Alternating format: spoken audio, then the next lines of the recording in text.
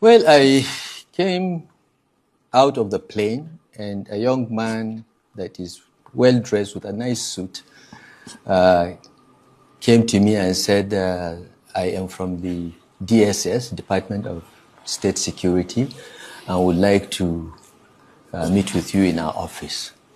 I said, that's fine. Where is the letter of invitation? He said, my bosses have it.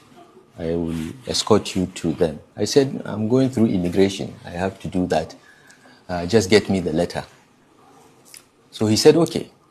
But I noticed that as I started going, more and more people came out. Apparently, I didn't know because I slept through most of the flight, and even when we landed, I didn't call any of my guys to learn what was going on. But apparently, they had moved about 50 DSS operatives 50 to the airport with the specific instructions that I should be detained, I should be abducted and detained. I will come to other details. But so we started working, but I saw more people coming out. You know, I'm a politician. I'm used to crowds. I'm used to people surrounding me. And then as we moved forward, we came to the point that I either go right for immigration or left for the e-visa. And the two officers came forward, one big fat one and another about my height, and said, we are from the DSS, sir, we are going this way. We need to go to your office. I said, I'm not going to your office. I'm not going anywhere until you show me a letter of invitation. Your guy said you have a letter. He said, no, sir. I said, if you don't have a letter, I'm not going. You know my house. I live very close to the DSS headquarters. I can even walk down there if you bring a letter of invitation. So I tried to turn right, and they tried to force me to go left. I said, look, don't touch me. I'm going with my passport to have it stamped. And I'm not going where you want. He said, you have to go to where I want. I said, even the president cannot tell me I have to do anything. It's a free country. It's a democratic country. And I don't have to do anything that I do not wish to do. So you are just a middle level or senior civil servant. The president cannot tell me what to do. Don't say I have to. It's inappropriate language. And I turned right.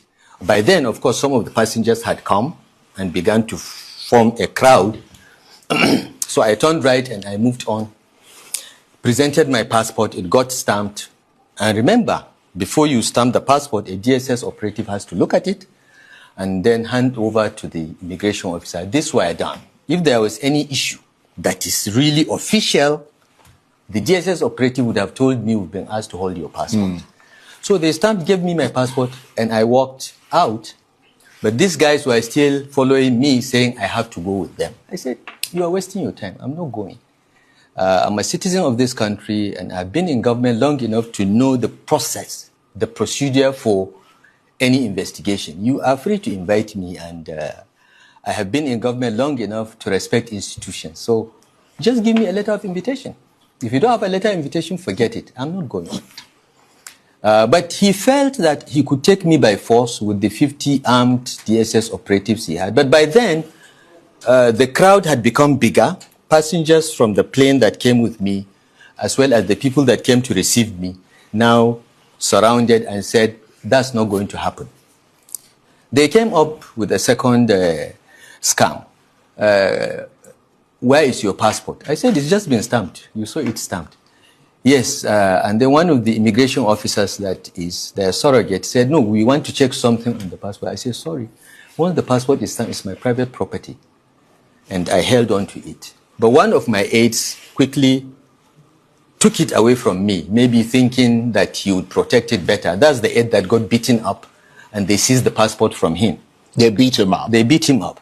If I had the passport with me, I would I would not be talking this. So this is essentially what happened. They were overpowered. They came with 50 people, but I think maybe 45 out of the 50 decided that this is not appropriate or this is not possible. Yeah. And I was actually quite touched, Charles, by the way people spontaneously, without any knowledge or any plan, decided that this must be resisted. And I think it portends a danger that the security agencies need to have a rethink. Because once people begin to lose confidence in the neutrality of such institutions, we are on our way to anarchy. We need to ask some very difficult questions so that that is recalibrated, so that every Nigerian will feel safe. But coming to the matter of Kwankwaso, I think it is most unfair to tag Kwankwaso, and I'm trying to figure out whether it is the $9 million lobbying money that led to the list of Kwankwaso because Kwankwaso has refused to move to APC. Because the evil that this government is capable of is beyond your imagination, Charles. They may be behind it because Kwankwaso has refused to move to the APC, and there are rumors that he will move to the ADC. Well, you're saying there may be. Yeah. They may be behind it. They may be behind it. In fact, I cannot think of anyone else because, look, 12 northern states implemented Sharia, okay? The first state to do so was Zamfara. I thought Zamfara should be listed there if at all anyone is to be blamed for this Sharia fiasco, all right? Kwankwaso followed suit like many other northern governors, and Kano was not very strict in even implementing Sharia. So he's not